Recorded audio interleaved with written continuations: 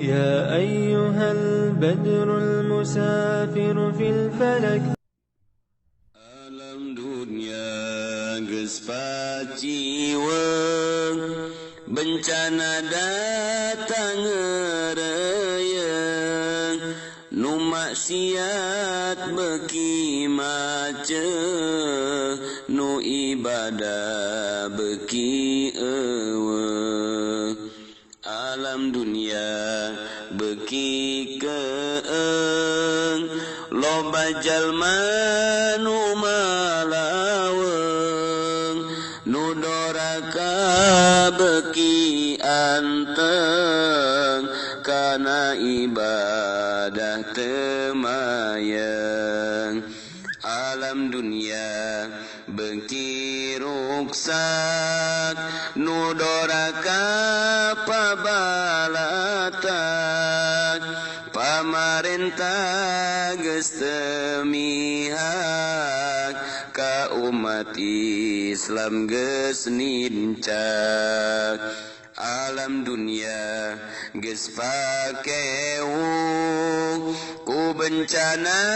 angin puyuh loba tangkal anu rubuh katut imagera runtuh alam dunia beuki ancur jalma-jalma geus lalacur silih hewaan jeung dulur poho kana alam kubur alam dunia beuki poek geus loba jalma nu pasek umat Islam silih ledek ka ulama wani ngadek alam dunia beuki angar loba jalma anu sasar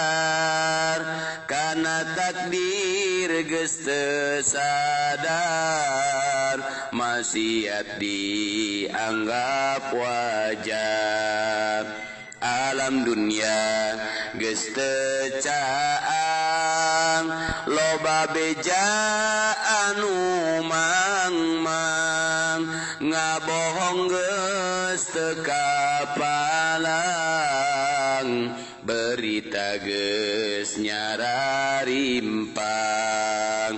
alam dunia moal anger pasti engke bakal ender gunung bakal alalungger manusia bakal lieur alam dunia geus teu angger loba jalma anu lieur ka pasantren beuki minder kana salat ngabalieur dunia teh geus nini jalma maksiat warani